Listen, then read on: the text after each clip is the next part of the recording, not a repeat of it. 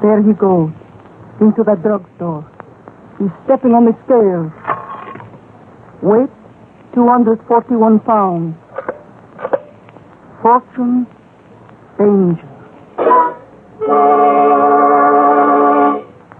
Who is the Fat Man?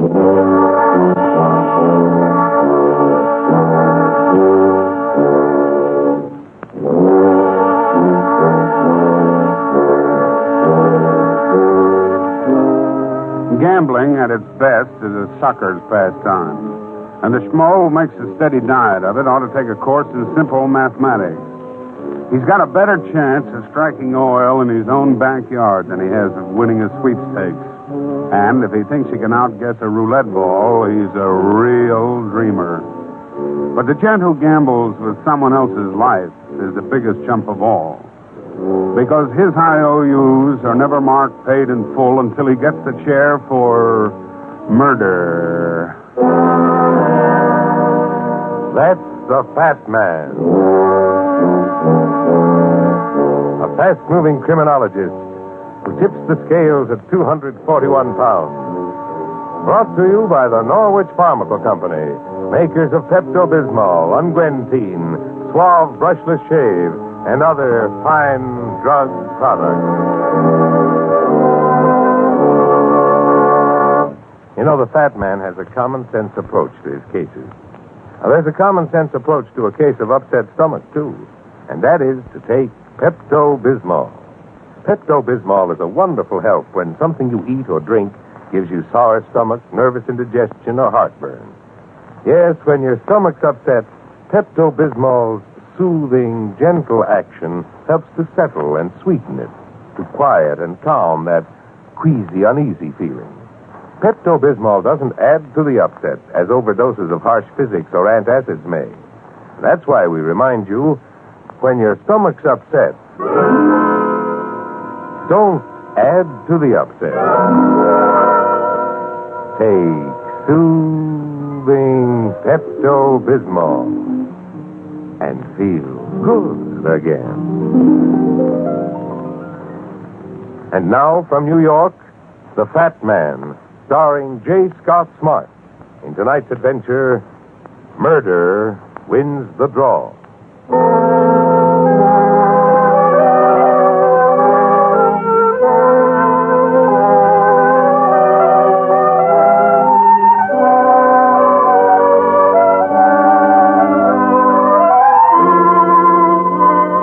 When a happy tourist goes to Central America, he usually runs into nothing more dangerous than a good cup of coffee and a fried banana. But with me, it's different. If there's trouble around, it always walks right up and pokes me in the eye. However, this particular form of trouble wasn't hard to look at. She had the kind of legs you see in the hosiery ads, and a profile to match. But when she grabbed my arm in the airport at Merida, Yucatan, I had a hunch that although the mistake was hers, I was the one who lived to regret it. Darling. What? Oh, Angel, I was so worried you'd miss our plane. Have your bags checked, Alan. We don't have too much time. The name happens to be Runyon. Oh, Porter, those suitcases. Weigh them in at counter 7. The plane for Guatemala City. Hey, wait a minute. I'm going to New Orleans. You're going to Guatemala City, dearest, with me. And here's your ticket.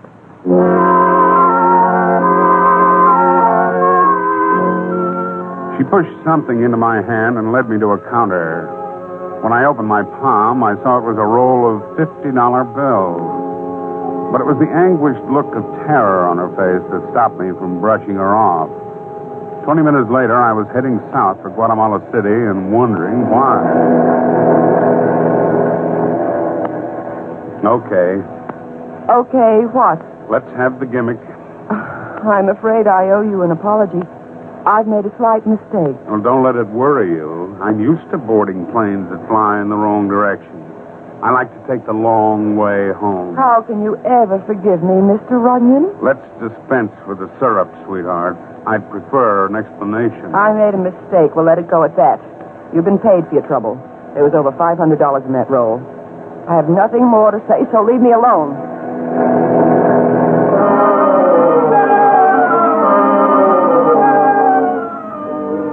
She wasn't kidding.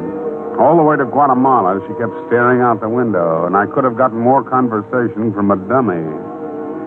She was the first one out of her seat when we landed at the airport, and she'd finished with her baggage inspection by the time I reached the customs counter. But as the porter put my suitcase on the counter next to her, she suddenly grabbed my arm again and went into the old refrain. Darling! This is where I came in. Oh, darling, we'll be late. Ask that customs agent to look at your suitcase. Say we're in a hurry. Once is enough, sweetheart. No encore. But, dearest, we have an appointment at the hotel. Please, don't be difficult. I've been looking for you. Oh, hello? Who's the fat guy, Helen? He's here to protect me. Don't hand me that. Get your bag. Alan, don't. You're hurting my arm. Get your bag. Just a second, mister. You keep out of this. Alan, please. Please don't start any trouble. I'll come with you. All right, Porter, grab that suitcase and let's get out of here. All right. I reserved a room at the Hotel Grand for you, Helen. All right. Senor, Huh? Customs Inspector, senor, you will please open your suitcase. Oh, sure. Nothing in here but my personal things. Is that so, senor? What's so funny? The next time you buy a girdle, senor, you might try a larger size. Wait a minute. But your silk nightgowns are exquisite. This is not my suitcase. There are no apologies necessary, senor. I am happy to see you are wearing the new look. Stop killing yourself and give me an exit stamp, Chico. I'm taking those nylons back where they belong.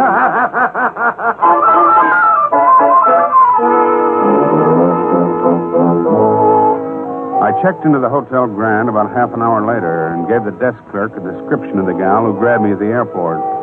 And it was now in possession of my shirts and shorts.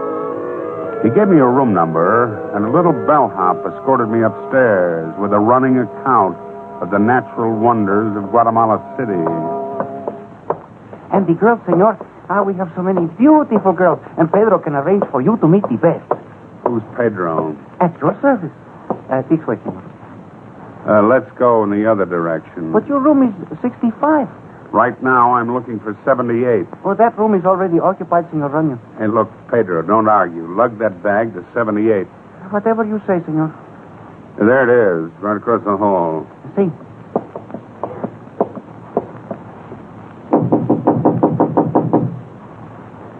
There is no one inside, senor. You got a pass key, haven't you? But this is very irregular. How about this? For a slight fee, senor, almost anything is regular. I have a key, of course. There you are, senor. The room, as I told you, is occupied. You're right, Pedro. It's occupied by a corpse. Ay, Dios. The corpse was a woman I'd never seen before, quietly dressed and about 40 years of age. She was sitting in a rocker, pinned against the back by the blade of a 3-foot machete. The security police identified the woman by her tourist card. Her name was Alice Vinson, and her home was in Albuquerque, New Mexico. The motive wasn't petty theft because her cash was in her handbag. And one look at her prematurely aged, not too attractive face convinced me it couldn't have been a crime of jealousy. Along about 11, I tried to get some sleep. But I hadn't even got my shoes off when my phone started ringing. Yes? Mr. Runyon? You're speaking to him? I hope I didn't wake you. No, not at all, sweetheart. Well, this is Helen. You remember, don't you? Oh, sure, I remember. You're one little number I'll never forget. I'm afraid there was a mix-up at the airport. Yeah, a little switcheroo. You've got my suitcase, Mr. Runyon, and I've got yours. I only wish I had your nerve. What? Did you check into room 78 at the Hotel Grand tonight? Why, no. They've got you listed on the register, baby, and so have the Guatemalan cops. Well, I haven't done anything. Anyway, I've called you about something more important. Really? I want my suitcase back. We'll come over and get it. Well, that's rather difficult right now. Can you come to me? It'll be a pleasure. What's the address? I'm calling from a public booth. I'll pick you up on the corner of 12th and Avenida Marcos in 15 minutes. Is that convenient? Very. And you'll have the suitcase with you? Tucked right under my chubby little arm. Oh, and then I'll see you in 15 minutes, Mr. Runyon. And thank you ever so much for being so obliging. All right. Keep your shirt on. Well. Senor Runyon? Yes? I would like to talk to you, senor. Alone. She couldn't have been more than 5 feet tall, with the delicate features of a doll. Her voice was like sugar cane, and when she smiled, it reminded you of a Caribbean moon. A nickel-plated, short-barreled .38 revolver in one of her neatly manicured hands completed the picture. Sit down, senor. Thanks. And please don't move. It would be rude of me to blow your brains out, no? To say nothing of the inconvenience. Where is the suitcase? What suitcase? The one you will produce for me before I kill you? Oh, that one. I have no time for this stall, senor. The suitcase, por favor. In that closet. Gracias. And now, senor, if you will turn around and face the wall. What are we playing? Puss in the corner? Turn, senor. Gracias. Muchas gracias.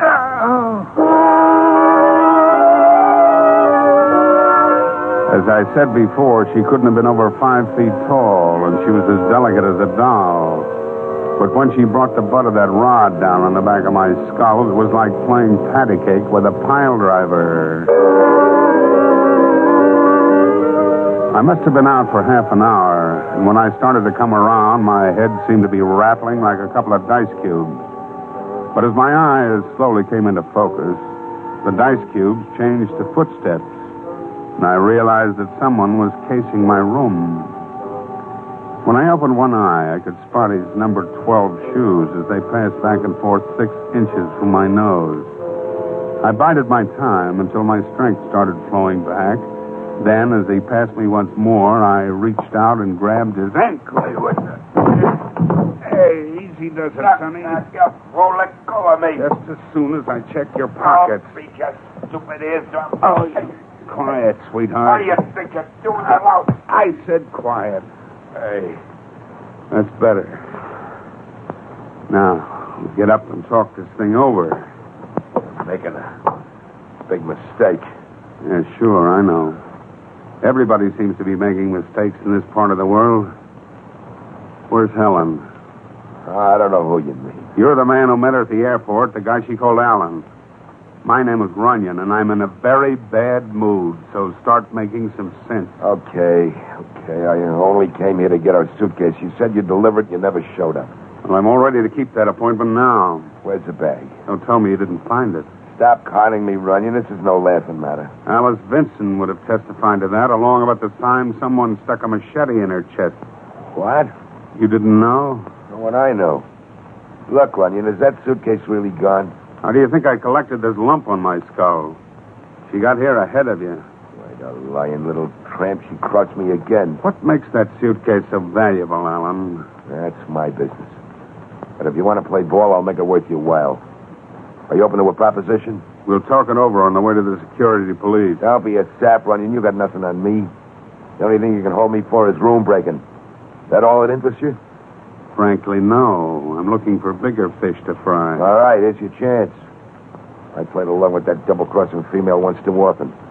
If she's open for a murder rap, I don't want any part of her. What's your proposition, mister? It involves $250,000. A lot of zeros. 125 grand for each of us, Runyon. Do I deal you in, pal? Start shuffling the cards. Okay. Then follow me.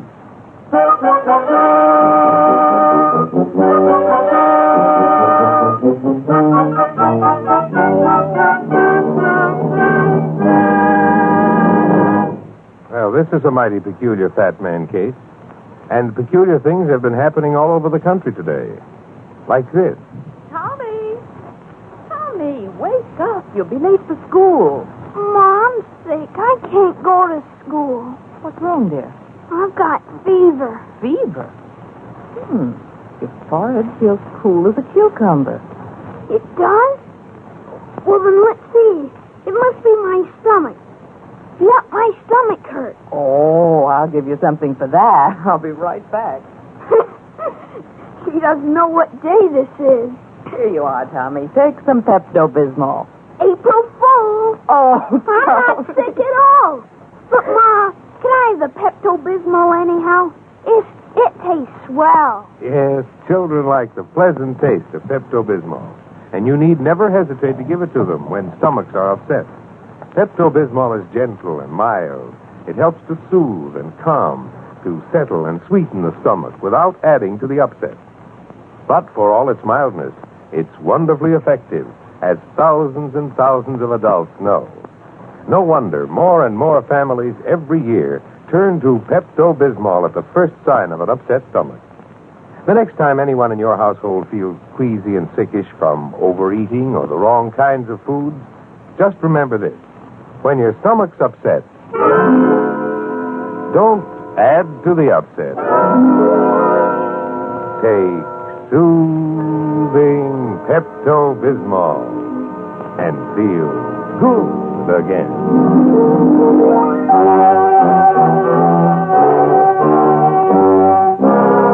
And now let's catch up with the Fat Man.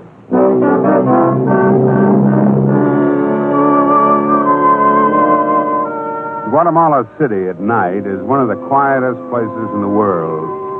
The streets are dark and lonely, and you can count the strollers, if any, on the fingers of one hand. I didn't trust this loudmouth Allen guy any further than I could see him, and when he stepped into the shadows of an open doorway, I almost jumped him. But then I saw him bend over a figure huddled on the step. Lo siento, señor. No ha regresado todavía. Gracias. The old woman says Helen hasn't come back yet. You suppose she ran out on you? No, she's got to come back. I got her passport and tourist cards. She can't leave this country without them. You still haven't told me what's inside that suitcase. Why should I tell you? So you can grab hold of it yourself and cross me, too? You'll work with me and we'll split 50-50. That's the deal. Okay, what's next on the list? I'm waiting here for Helen. I got a room on the second floor. I thought you stopped at the Grand. Sometimes it doesn't hurt to have more than one address. Tell you what, Runyon, you go back to your hotel room and I'll call you when she gets here. I can handle this gal alone. And let you run out on me? Well, you shouldn't be so suspicious. Would I have told you this much if I wasn't on the level? When'll I hear from you? The minute Helen shows. Okay, Alan. I'll be waiting for your call. I could almost feel his wiseacre grin on the nape of my neck as I turned and walked away. But that grin would have turned a little sour if he could have read my mind. The lobby was empty when I reached the hotel, but I found the boy I was looking for asleep in a chair near the vacant bar. Pedro. Pedro, wake up. Oh, senor. What can I do for you? I'm looking for company. Oh, a girl to talk to, senor? To dance with, perhaps? What do you got to offer? Guatemala is full of lovely women, senor. Lolita, Conchita, Chiquita, Malita. I know them all, senor. The gal I'm looking for is about 5 feet tall. She wears her hair in a bun on the back of her neck, and she's very easy on the eyes. All the girls are easy on the eyes, senor. This one's got a small birthmark on her cheek. Looks like a triangle. That would be Lolita. You have picked the most beautiful in the city. Can I meet her? Si, senor. Where? At the Club Cantale. A nightclub? It's a place where you can dance for 10 centavos. Oh. She works there, huh? See, Lolita is very popular with the boys. Yeah, she would be with her lovely disposition. You know where is the Club Cantale? No. Suppose you trot along with me, Pedro, and introduce us.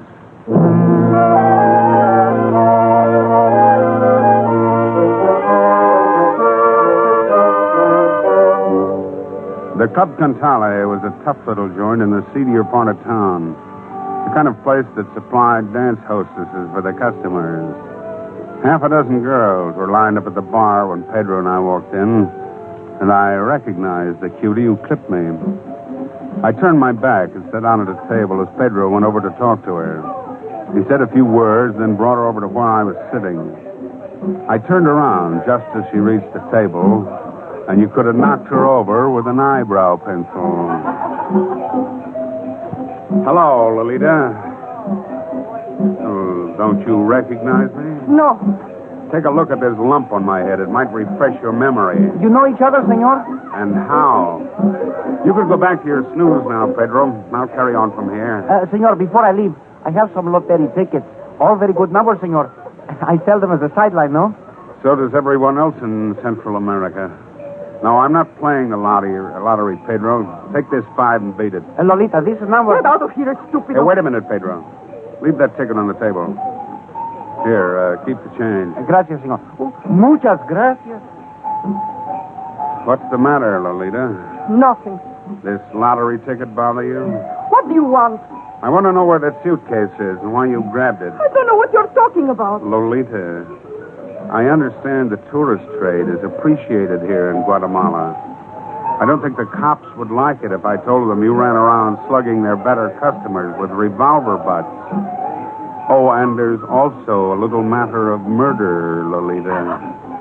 Murder?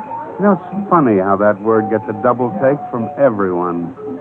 Were you an innocent bystander, too?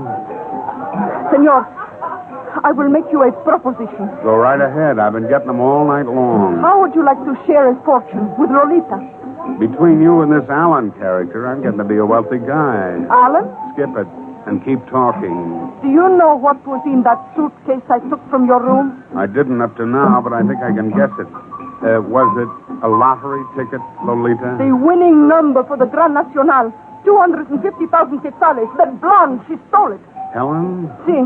Who owned the ticket first? This I do not know. Then how did you find out about it? In the hotel lobby. I hear that blonde girl and the tall gringo talk. He squeezed her arm and she said the ticket is in her suitcase. Then she find out the suitcase is not hers. The one she had is missing. Oh, then what? Well, they both leave the hotel to go back to the airport for the bag. 5 minutes later, you walk in. I see you have a bag that looks like the other one. And I hear her say something about a fat man. So you decided to climb on the bandwagon yourself? This is the truth, Senor Onion. Where's the suitcase now? In my dressing room. But something is wrong. I searched for an hour and I do not find the ticket. Maybe you didn't look for it in the right places. Well, this time you'll get some help from me.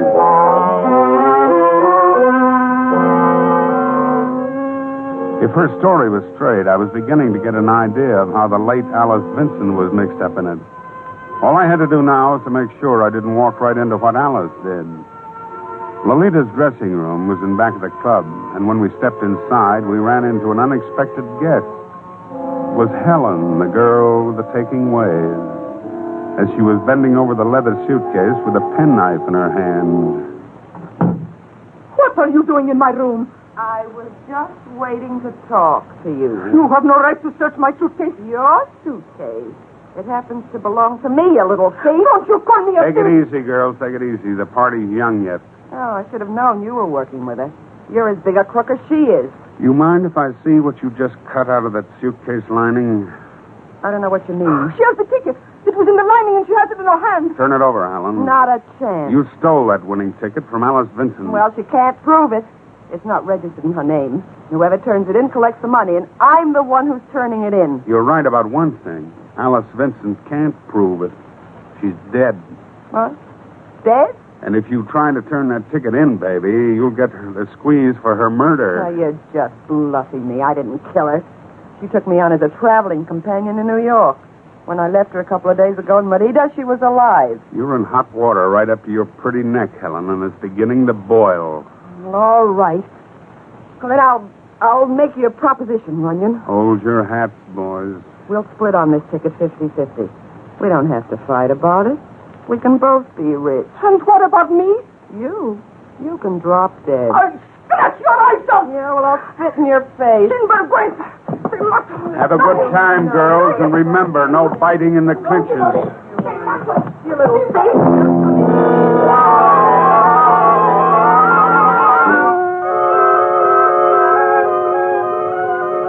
They were scratching their initials in each other's skin as I closed the door behind me, holding the lottery ticket Helen had dropped when Lolita opened with her first right cross. 15 minutes later, I was climbing the stairs to Alan's furnished room, where I found him pacing the floor like a hungry coyote. Get didn't come back yet, Runyon. All right, sweetheart, I found her. You did? Yeah, and I've got the lottery ticket you were so cagey about. Let me have it. Not so fast. I'm entitled to a little explanation in as much as I'm an active partner. What kind of an explanation do you want? Helen stole that ticket. She was supposed to split with me, but she ducked out to Yucatan. That's why she grabbed me at the airport. She thought you might follow her. I wasn't even there when she left. I know that. You'd left for Guatemala on Alice Vincent's trail. She was going back to collect on her winning ticket, and she probably never even knew your girlfriend Helen had grabbed it until she got to Guatemala City. Give me that ticket, Runyon. You're wasting time. I'm in no hurry. Listen to the rest of my story. What for? It's interesting. You didn't know that Helen had stolen the ticket either until you maneuvered Alice Vincent into that hotel room and jabbed her with a machete. Wait a second. Then you caught on, and you decided to wait at the airport to grab your ex-partner. You knew she had to get here sometime to collect her dough. You must be nuts, Runyon. I didn't murder Vincent. No? No. Then who did? Helen, naturally. But she couldn't have. She never even came up to her hotel room. You both found out she had the wrong suitcase in the lobby, and you went back to the airport. I found the body before she could have returned. And what does that add up to? It adds up to this, Sonny. Alice Vincent was murdered before your gal friend even landed here. She was stabbed in a room which you'd reserved in Helen's name. Helen didn't have to kill for that ticket, mister. She already had it. But you didn't know that, so you knocked off Alice Vincent and then found out you only wasted a lot of time. What are you trying to do? Grab that money for yourself? I'm turning that lottery ticket over to the government, sweetheart. And from there it goes to Alice Vincent's estate. Are you crazy? I thought you said we were partners. I don't hold hands with a guy who's 3 feet from a Guatemalan firing squad. You're the last one who's going to cross me, Runyon. You ought to know better than to draw on a man with his hand in his pocket. But you were never too lucky when it came to a draw in any case, mister. The number you picked on the last one is up.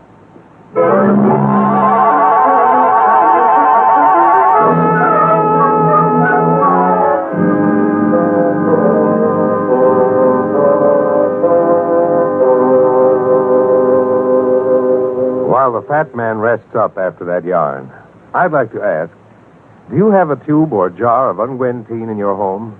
You probably do. For unguentine is America's best-known burn remedy. And no wonder. The remarkable thing about unguentine is that it's antiseptic as well as soothing.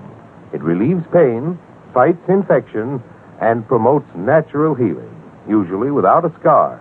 And even little burns may leave ugly scars. Ask your druggist for unguentine if you don't have any. Then take advantage of its soothing antiseptic properties for little scrapes, scratches, and other skin injuries, as well as for minor burns. Next week, Pepto-Bismol presents that fascinating and exciting character, the Fat Man, in the adventure called Murder Hits the Torrid Zone. And now, here's the Fat Man with a special message.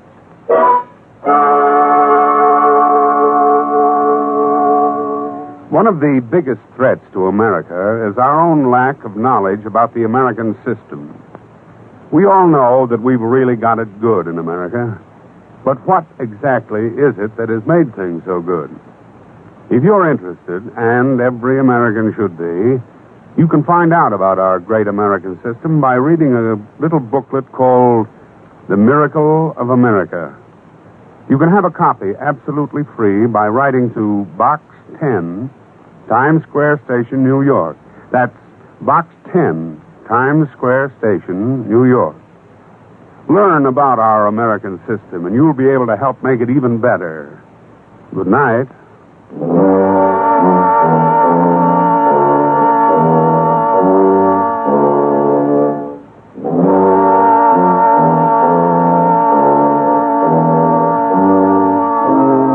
This Norwich Pharmacal program, The Fat Man, starred J. Scott Smart and was directed by Clark Andrews. Script written by Lawrence Klee. Music is under the baton of Bernard Green. Heard tonight were Jean Ellen as Helen and Bryna Rayburn as Lolita. Remember, when your stomach's upset, don't add to the upset. Take soothing Pepto-Bismol and feel good. again. Charles Irving speaking. This is ABC, the American Broadcasting Company.